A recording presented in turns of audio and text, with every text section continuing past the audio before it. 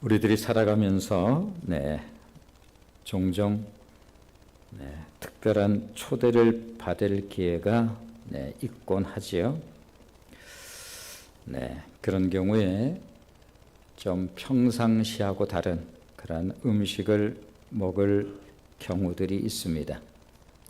그런데 그 맛이 특별하다고 한다면 먼저 가족이 생각날지 모르겠습니다.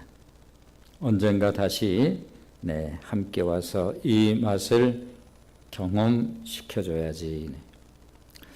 일상의 삶에 있어서도 좋은 것은 가까운 사람들과 함께 나누고 싶은 것이 인지상정입니다. 나만 경험하는 것이 너무 아쉽기 때문에 그러겠지요.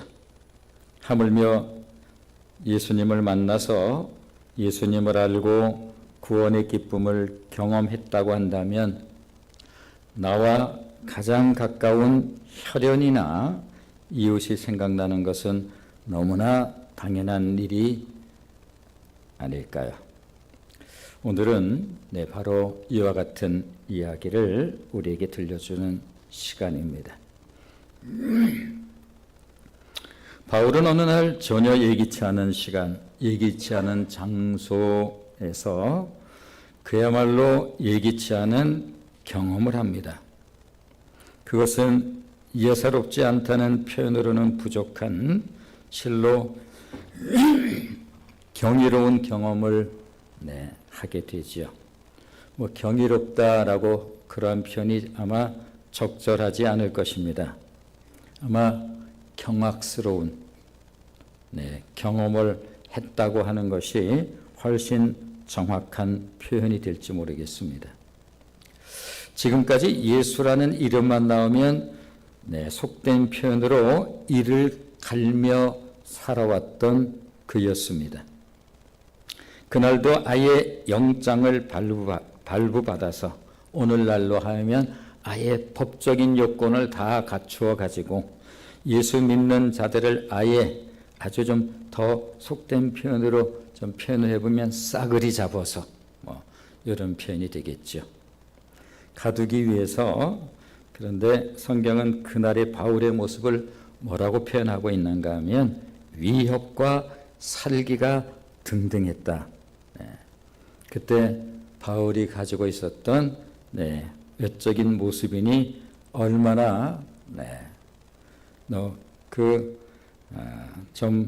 성경의 말씀대로 위협과 살기가 등등했겠습니까? 그렇게 다마스커스에 이르렀을 때 그곳으로 예수님이 찾아오십니다.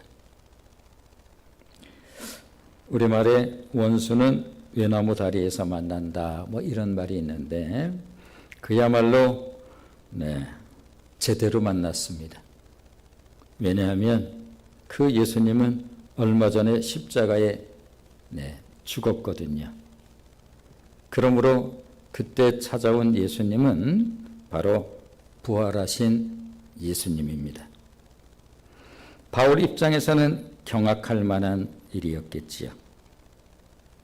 그 충격의 사건 이후 그때부터 바울은 자신이 그토록 핍박했던 예수님을 제대로 알기 시작합니다. 사도행전 9장에 그때의 사건이 잘 기록되어 있죠. 시간은 정오, 그야말로 햇빛이 현기증처럼 내려쬐이는 바로 그 시간, 부활하신 예수님이 바울을 찾아오셔서 그의 이름을 부릅니다. 사울아, 사울아. 경악할 만한 일이었습니다. 바울이 묻습니다. 주여 니시오니까 네가 핍박하는 예수라. 정통으로 제대로 만났습니다. 그때의 그 순간 바울의 마음이 어떠했을까? 그 짧은 순간 성경은 그때 그 기이한 빛으로 바울의 눈이 멀었다라고 그렇게 들려주고 있습니다. 이 시간에 그때의 상황을 또 다시 이야기하기는 어렵습니다만은 그때부터 바울은 자신이 그토록 핍박했던 예수님을 제대로 알기 시작했습니다. 그리고 예수의 사람이 되었습니다. 지상 최고의 예수쟁이. 구약에 관한 한 그를 따를 자 없을 만큼 해박한 구약 지식을 가지고 있었던 그에게 있어서 얼마나 예수님이 궁금했을까? 그는 누구일까?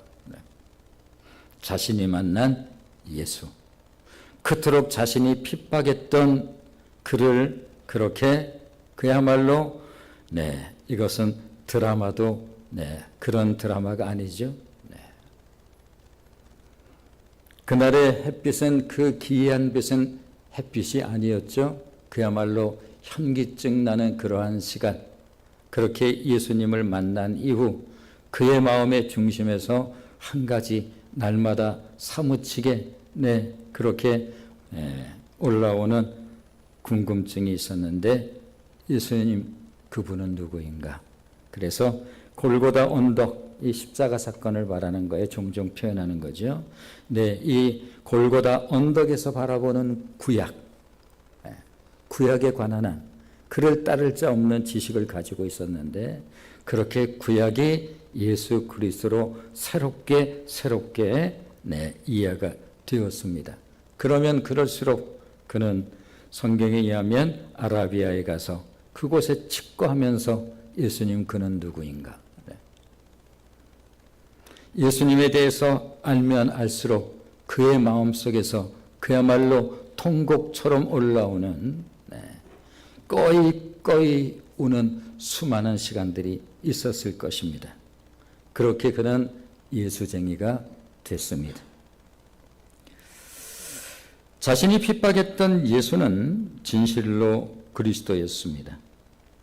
그는 구원의 주였고 표현할 수 없는 하나님의 사랑의 실체였습니다. 날마다 울었을 것입니다. 자신이 그렇게 핍박한 그가 메시아였습니다. 그렇게 지상 최고의 율법주의자였던 그가 지상 최고의 은혜주의자가 되었습니다. 툭하면 율법 했던 그가 이제는 지상 최고의 은혜주의자가 되어서 나의 모든 것 나됨은 하나님의 은혜 없이 된 것이 없습니다. 날마다 그날부터는 이제 하나님의 그 기이하고 놀라운 은혜를 증거하기 시작하지요. 예수님을 제대로 만난 후 바울에게 제일 먼저 생각나는 사람들이 있었습니다. 바로 자신의 동족 유대인이었습니다. 복음이 깊이 깨달아지면 깨달아질수록 동족에 대한 생각이 더 절절해져만 갔겠지요. 문제는 자신의 절절한 마음을 동족 유대인들이 전혀 모른다는 것이에요. 더 바울의 마음을 괴롭게 한 것은 이방인들은 그렇게 잘 받아들이는 이 귀하고 놀라운 복음을 정작 동족 유대인들은 받아들이지를 않았습니다. 그러기에 오늘 본문에는 바울의 민족 구원의 소원이 절절하게 이렇게 들려지고 있습니다. 자, 1절 2절 말씀을 한번 보시면 1절 2절 같이 읽겠습니다. 시작. 내가 그리스도 안에서 참말을 하고 거짓말을 아니하노라. 나에게 큰 근심이 있는 것과 마음에 그치지 않는 고통이 있는 것을 내 양심이 성령 안에서 나와 더불어 증언하노니. 바울은 지난 8장까지는 자신이 경험한 놀라운 구원과 그 어느 것도 하나님의 사랑에서 끊을 수 없는 그 크고 놀라운 사랑에 대해서 우리에게 들려주고 또 들려주었지요. 모태로부터 죄악 가운데 출생한 우리들, 하나님의 말씀이 아니면 우리가 이토록 처절하게 죄악 가운데 있다라고 하는 사실을 사실 잘 모를 거예요.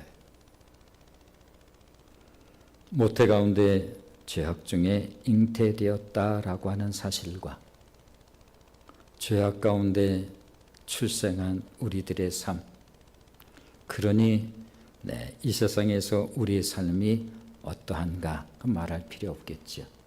그런 우리들을 오직 예수 그리스도로 말미암아 의롭게 하시고 죄사함의 은총을 입은 구원의 본질에 대해서 하나씩 들려준 바가 있습니다. 그리고 로마서 8장에서는 그 구원의 피날레를 우리에게 들려주었습니다. 우리의 구원이란 매우 구체적인 하나님의 능력입니다. 그리스도 예수 안에 있는 생명의 성령의 법이 죄와 사망의 법에서 우리를 해방시킨 것입니다. 그러기에 우리에게는 정죄함이 없습니다. 우리가 이와 같은 하나님의 말씀의 지식을 모른다고 한다면 우리가 예수 믿는다고 하면서도 끊임없는 이 마음속의 갈등 속에 사실은 환한 얼굴 한번 못하고 매우 어두운 얼굴을 하면서 그렇게 지내는 사람이 되었을는지도 모릅니다. 로마서 7장에 있었던 그런 말씀처럼 내 안에 구원을 받았음에도 불구하고 내가 하고자 하는 것을 하지 않는 나, 계속 반복하는 나,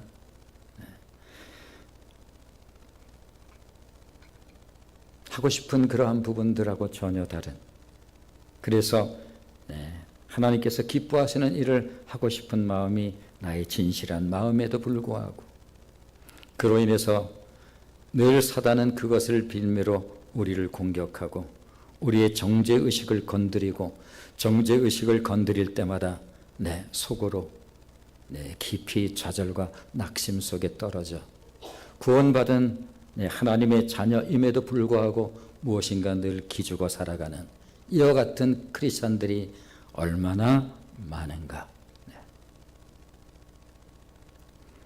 그런 우리들을 향해서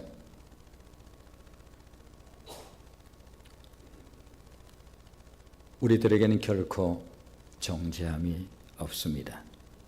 왜냐하면 그리스도 예수 안에 있는 생명의 성령의 법이 죄와 사망의 법에서 우리를 해방하였기 때문입니다. 우리는 법 아래 있지 아니하고 그러므로 은혜 아래 있습니다. 우리들은 하나님의 영을 받은 하나님의 자녀요, 하나님의 아들입니다. 양자의 영을 받았기에 우리는 그야말로 자연스럽게 하나님을 아빠, 아버지라고 부르는 것입니다. 왜냐하면 우리 안에 바로 아들의 영, 양자의 영이 있기 때문에 그렇습니다. 뿐만 아니라 우리들은 그리스도와 함께한 상속자들입니다. 우리 그뿐인가요? 우리와 늘 함께 하시는 성령님은 우리들의 연약함을 언제나 도우시는 보혜사 성령님이십니다. 하나님이 우리를 위하시면 누가 우리를 대적한다는 말입니까? 지난 금요 심야 기도 때 우리 초대 한국교회의 우리 신앙의 선배들이 어떤 신앙생활을 했는지 우리가 잠깐 은혜를 나눈 바가 있습니다. 그 가운데 안희숙 여사의 삶에 대한 내용을 우리가 잠깐 함께 나눴지요. 그렇습니다. 하나님이 우리를 위하시면 누가 우리를 대적한다는 말입니까? 일제하에서 신사참배를 하지 않았다는 이유 때문에 6년 동안 옥살이를 하면서 그가 쓴 책을 통해서 그야말로 그 가운데 주기철 목사님처럼 기꺼이 순교하리라 다짐했는데 나라가 해방되면서 옥에서 추록되었을 때 그것이 너무 섭섭했어요. 정말 기꺼이 순교하고 싶었는데 그렇습니다. 하나님이 우리를 도우시면 누가 우리를 대적하리요? 하나님의 사랑으로 말미암아 우리는 넉넉히 이기는 승리자들인 것입니다. 기억하십시오. 그 어떤 것도 그 누구도 그리스도 예수 안에 있는 하나님의 사랑에서 끊을 것은 없습니다. 그런데 이토록 환희에 찬 구원의 영광을 선언한 바울이 오늘 9장에 들어서자마자 자신에게는 큰 근심과 그치지 않는 고통이 있다고 고백을 하고 있습니다. 그렇습니다. 구원의 영광이 크고 놀라울수록 이 구원에 동참하지 못하고 있는 자신의 형제와 고륙이 생각나기 때문입니다. 기쁨이 크면 클수록 근심이 클 수밖에 없는 마음 아픈 이유. 바울은 자신의 내면에 그치지 않는 고통의 이유를 우리들에게 이렇게 들려주고 있습니다. 자, 9장 3절 말씀을 보시면 3절을 같이 읽겠습니다. 시작. 나의 형제 곧 고륙의 친척을 위하여 내 자신이 저주를 받아 그리스도에게서 끊어질지라도 원하는 바로다. 얼마나 안타까웠으면 차라리 내가 저주를 받는 한이 있다 할지라도 나의 형제와 고륙들이 구원을 받기를 원한다고 고백을 하고 있습니다. 구원은 이런 것입니다. 세상 사람들은 구원을 한가로운 것쯤으로 그렇게 여기겠지요. 우리가 예수 믿으세요. 복음을 전하면 바로 면전에서는 그렇지 못한다 할지라도 속으로 참 인생 한가하다. 먹고 살기도 바쁜데. 모르면 몰라도 대부분 이런 생각을 하겠지요. 물론 면전에서야 이렇게 하겠습니까? 그 다음부터는 슬슬 피해요.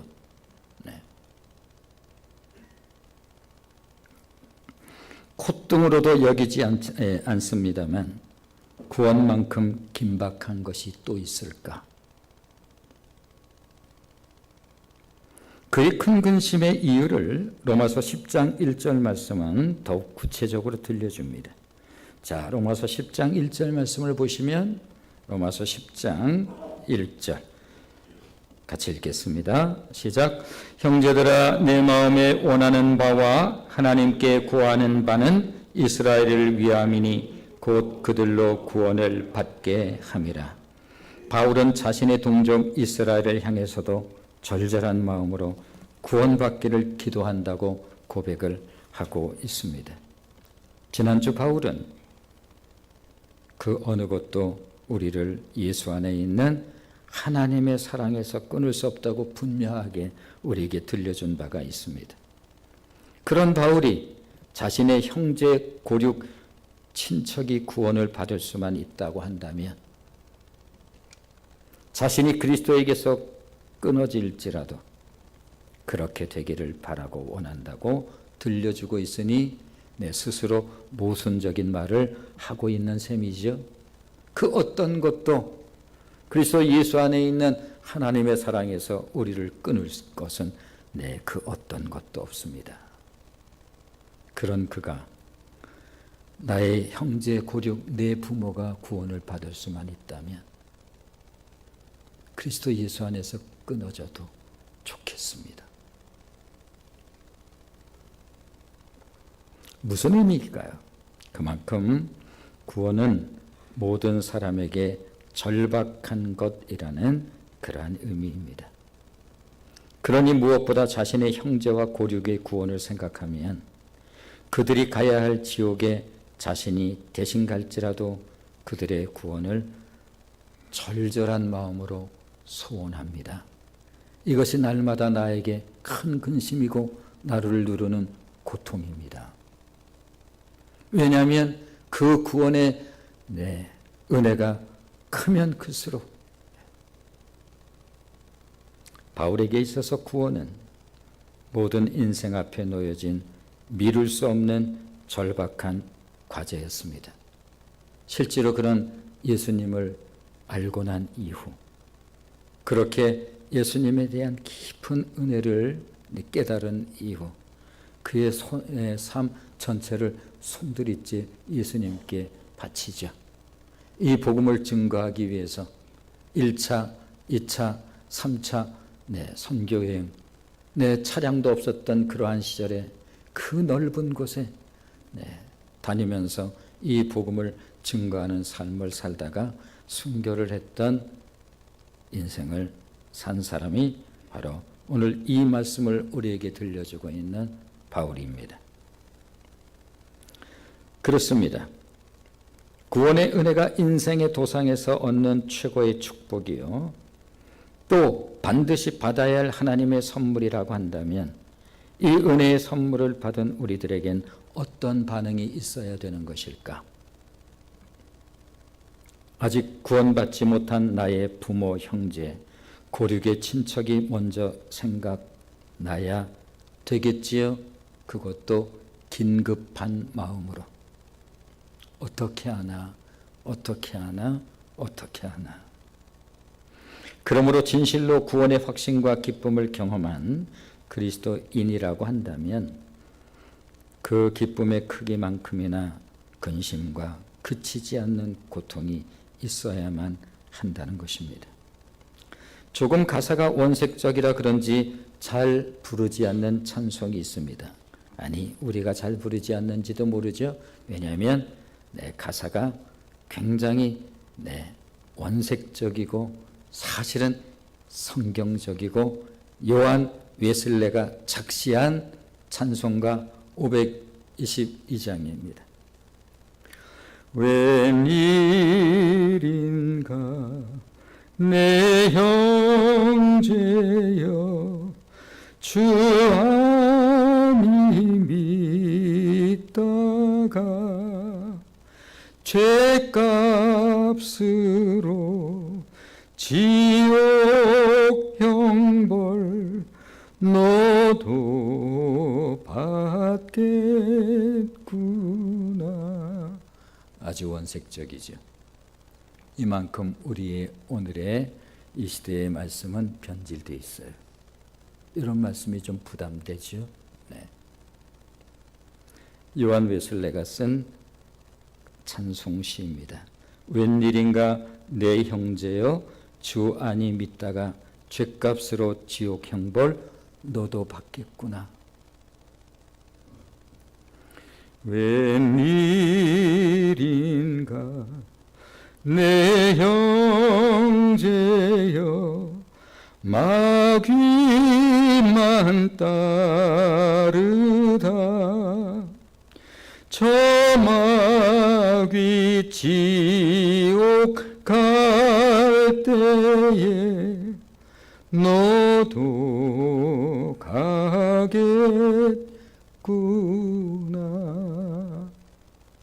이런 원색적 복음을 오늘 이 시대의 강단에서 듣기가 쉽지 않아요. 그래서 우리들이 흔히 복을 빈다라고 하는 기복신앙, 변질된 신앙을 말하는 거예요.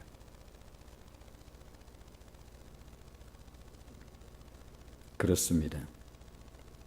구원받고 안 받고는 세상에 있을 동안에는 표시가 나질 않아요. 너나 나나, 심지어는 구원받지 못한 사람들이 외적으로 삶의 형편이 훨씬 좋은 경우들이 얼마든지 있기에 속으로 이렇게 말하죠. 너나 잘 살아라. 왜 인생 그렇게 사냐? 그렇습니다. 말씀드린 것처럼 구원받고 안 받고는 세상에 있을 동안에 표시가 나질 않아요. 그러나 죽음 이후 내세에서는 한 사람의 운명을 행복과 불행으로, 축복과 저주로, 생명과 죽음으로 갈라놓습니다. 천국과 지옥으로. 그렇습니다. 나의 구원이 누구도 나를 정죄할 수 없고 그 어느 것도 하나님의 사랑으로부터 끊을 수 없는 것이라고 한다면, 그러나 그것이 의심 없이 분명하고 확실한 것이라고 한다면 동시에 기뻐할 수만은 없는 거룩한 부담이 우리에게 있어야 되지 않겠습니까?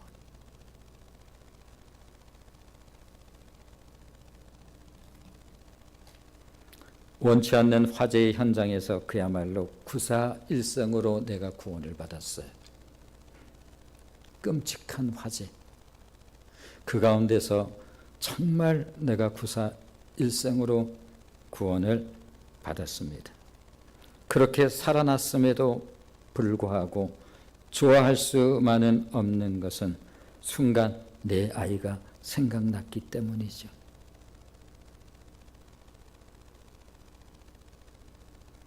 내 아이 좀 살려주세요. 내 아이 좀 살려주세요. 여기저기 왔다 갔다 하면서 저 안에 내 아이가 있어요. 마치 실성한 사람처럼.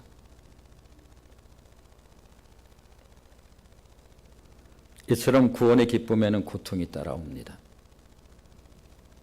더 깊은 은혜를 경험하면 할수록 마음의 고통도 더 커질 수밖에 없지요.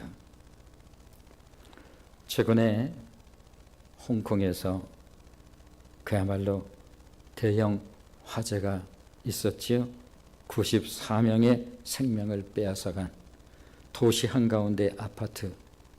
어떻게 한꺼번에 저렇게 불구덩이가 될까? 화면을 보면서 저도 깜짝 놀랐습니다. 우리가 종종 화재 이런저런 기회를 통해서 볼 때가 있습니다만, 아니 도시의 한가운데 그 아파트가 저렇게 전체가 다 불덩이가 돼버리다니.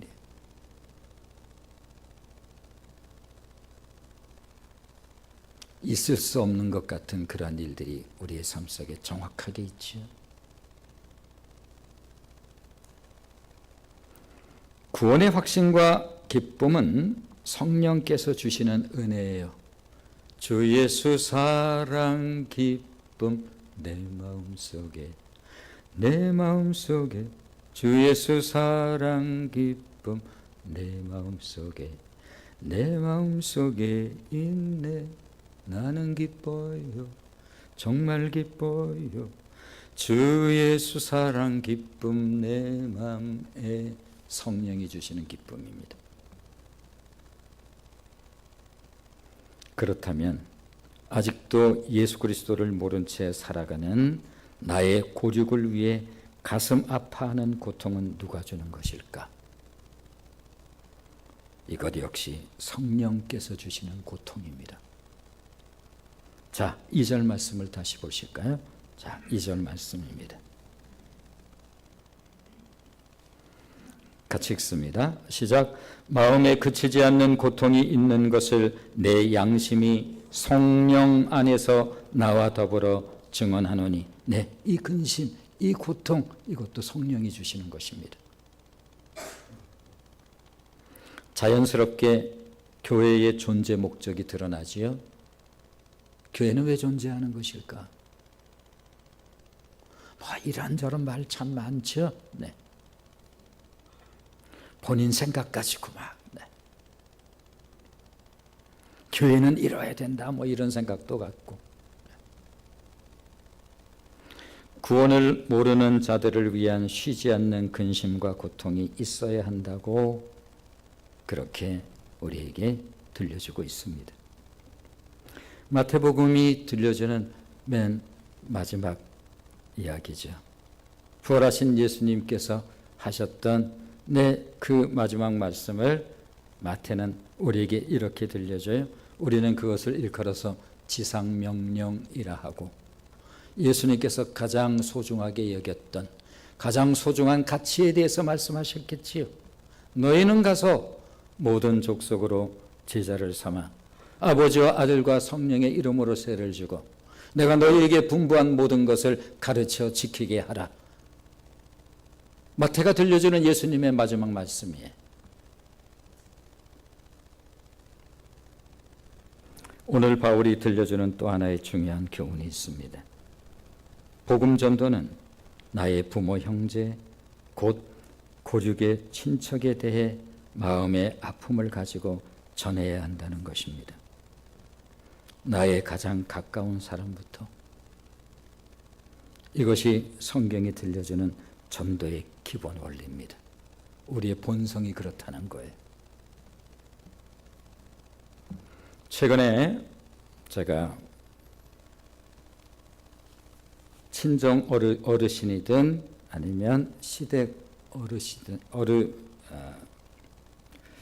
어르신이든 육신이 점점 공고해져 가고 후피해져 가죠. 병원 찾는 일들이 이렇게 저렇게 있습니다. 내 시어머니 모시고 병원에 가는 일이 이렇저러합니다. 마땅히 그렇게 해야지요. 그러나 우리의 육신은 그렇게 후피해져 가는 거예요. 이게 우리 삶의 정직함이에요. 그러므로 나의 부모나 시어른이든 누구든 그렇게 이제 육신이 공고해져 갈 때 마땅히 병원을 모시고 아무튼 그런 이러한저런 마음의 애를 써야 되겠습니다만, 그러나 그보다 더 긴급한 게 있다. 제가 이렇게 반드시 복음을 전해야 된다. 내가 복음이 정리가 안 돼서 그러면 나름대로 이렇게 잘 정리를 해서 꼭 복음을 전하는 것이 병원 옮겨 다니는 것보다 더 중요한 거다. 마땅히 그렇게 해야 되지만 정작 가장 중요한 것을 하지 않은 채 이렇게 저렇게 서둘러 다녀도 우리의 인생은 점점 후피해져 가는 거예요. 젊은 시절로 돌아갈 수 없어요.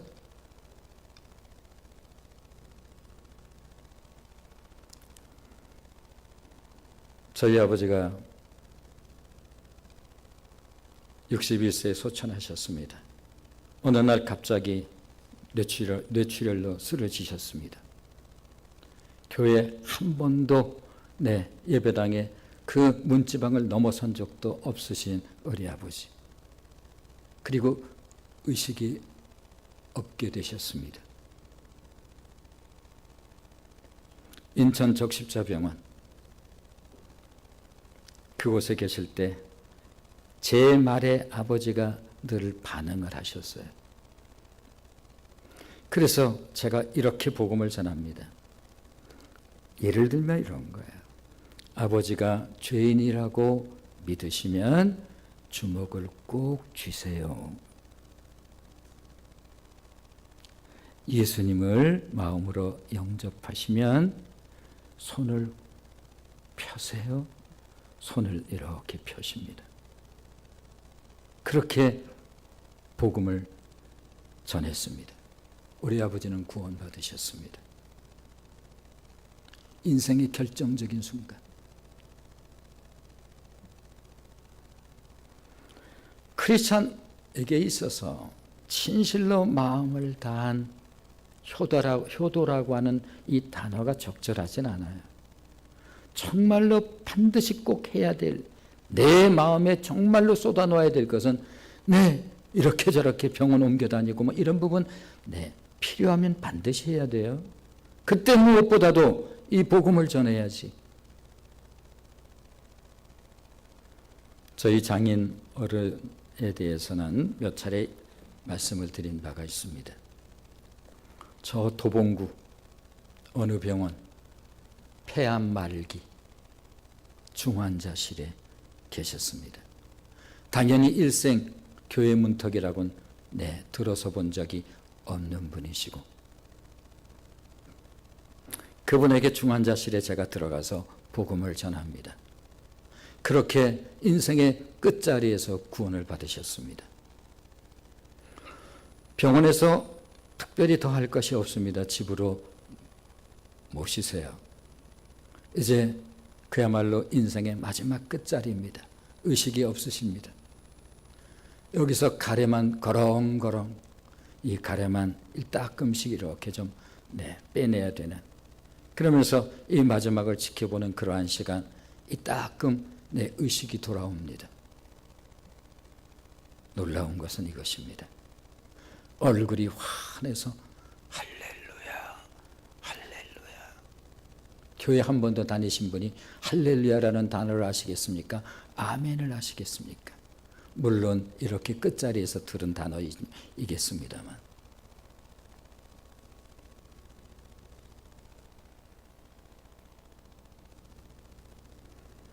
나의 가장 가까운 사람부터 이것이 성경이 들려주는 전도의 기본 원리입니다. 사도행전을 통해서 들려주는 부활하신 예수님의 지상에서의 정말 맨 마지막 말씀, 우리가 유언이라고 할 때 인간도 그 마지막 말은 가장 남기고 싶은 말을 우리가 바로 유언의 의미로 삼는데, 바로 우리의 메시아 예수 그리스도께서 부활하신 그 주님이 지상에서 맨 마지막으로 남기셨던 말씀, 그 말씀은 무엇일까? 왜? 그리고 그 말씀을 마치시고 승귀하셨기 때문에. 우리가 잘 아는 사도행전 1장 8절 말씀이죠. 같이 읽겠습니다. 사도행전 1장 8절 같이 읽습니다. 시작. 오직 성령이 너희에게 임하시면 너희가 권능을 받고 예루살렘과 온 유대와 사마리아와 땅끝까지 이르러 내 증인이 되리라. 사실 우리들의 본능에는 나의 가족과 이웃이 우리 마음에 우선적으로 가까이 담겨 있는 것이 거짓없는 사실이죠. 우리 주님이 왜 그걸 모르시겠습니까? 바울 역시 이방인의 사도로 부름을 받았음에도 자신의 동족 이스라엘이 언제나 그의 가슴에 큰 고통으로 자리하고 있었습니다. 이방의 사도로 부름을 받았어요. 잘하는 것처럼 에베소에 가서 에베소 교회를 세웠습니다. 유럽 쪽에서 꿈의 환상 가운데, 그래서 마케도니아의 첫성 빌립보에 가서 복음을 전하면서 빌립보 교회가 세워졌습니다. 이렇게 이방의 복음을 전하는 이방의 사도였음에도 불구하고 바울이 복음을 전하기 위해서 제일 먼저 어디를 찾는가 하면 유대인의 회당, 디아스포라, 흩어져 있는 유대인들이 회당을 중심으로 지내고 있는 회당을 먼저 찾아서 자기 동족 유대인에게 가장 먼저 복음을 전합니다. 나만 구원받으면 행복할까?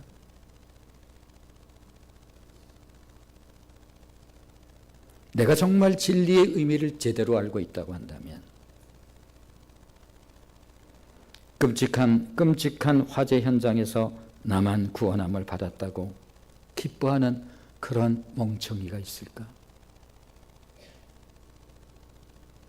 그 화마의 불 속에서 나의 가족이 구조를 기다리고 있다고 한다면, 그 안타까움이 오죽했으면 나의 형제 곧 고륙의 친척을 위해서 내 자신이 저주를 받아 그리스도에게서 끊어질지라도 내가 그것을 원하는 바입니다.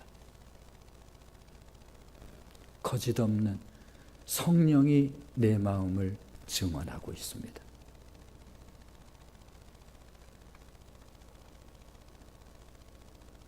내가 그리스도로부터 저주를 받아 버림을 받는다 할지라도 그 대가를 치르겠다는 것이지요.